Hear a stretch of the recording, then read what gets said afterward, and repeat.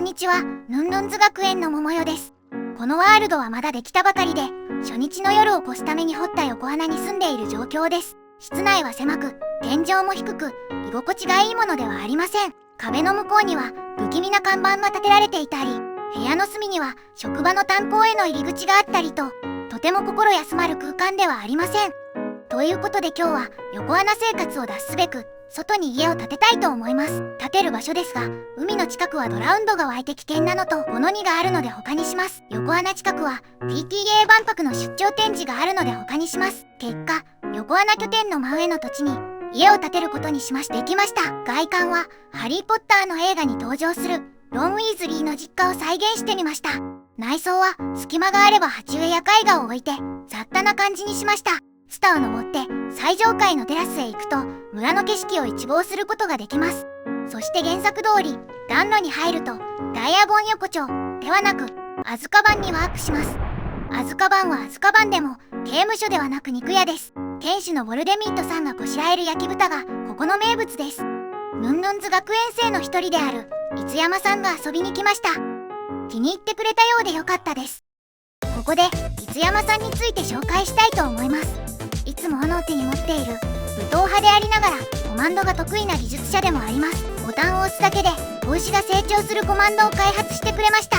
ネーミングはさておき、このおかげで牛の繁殖の効率が上がりました。その確かな技術力と人望で多くの村民から頼られている五山さんですが、忘れてはいけないことがあります。それは何かにつけて過剰であることです。牧地の面積に対して明らかに牛を増やしすぎです。反省し増えすぎた牛を減らし始めた五山さんですが、もう一つ忘れてはいけないことがあります。それはドジっ子属性を持っていることです。大量の牛が解き放たれ収集がつかなくなりそうでしたが、害獣駆除業を営む五山さん得意のコマンドにより牛を一掃してくれました。ヌンヌンズ学園ヌンヌンズ学園サーバーで金を稼ぎたいならばこの2を走ることをおすすめします。弓矢の砲台やスイートベリーをうまく避けながらゴールを目指して走りましょう。ゴール直前には高い階段があり、どうやっても落下ダメージを受けてしまうという欠陥設計になっています。道中での火ダメを最小限に抑えることができればゴールすることができます。クリア報酬はエメラルド64個とかなり太っ腹です。比較的楽にお金が稼げるので、ヌンヌンズ学園サーバーの村民たちは今日も物にを走っています。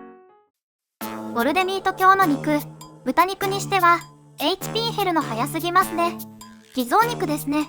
アズカバンで買った焼き豚が偽造肉であるという旨のチャットがノラマンさんから送られてきました。食べ比べてみると確かに普通の焼き豚よりも満腹度の回復量が少ないです。偽造肉の噂は広まり、肉やアズカバンの食べログ評価は終わりました。これを受けて五山さんは新たに理想的な肉屋を建てることにしました。建設場所はみんながアクセスしやすいように横穴拠点のすぐ近くにしました。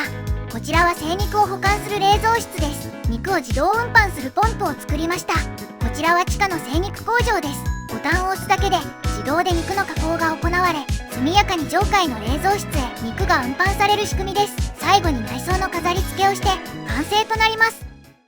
ヌンヌンズ学園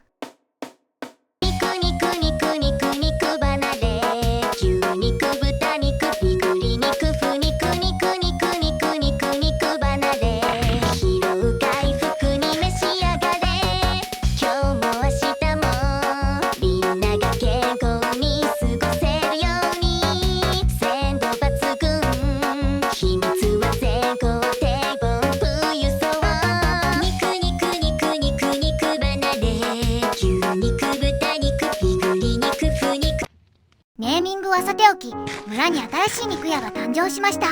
テーマソングも作り、宣伝に力を入れています。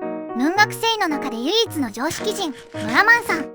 美味しいお肉を食べて活力がみなぎったのか、何やら建築を始めているようです。その後、アズカバンはどうなったかというと、競合他社の肉や肉離れに完全敗北し、ついに閉店してしまいました。この出来事が、後に桃代の人生にとてつもない危機をもたらすことを、まだ誰も知りませんでした。ということで今回はヌンヌンズ学園サーバーの発展の様子をお届けしました。これからの展開がとても楽しみです。それではまた次回にお会いしましょう。ご清聴ありがとうございました。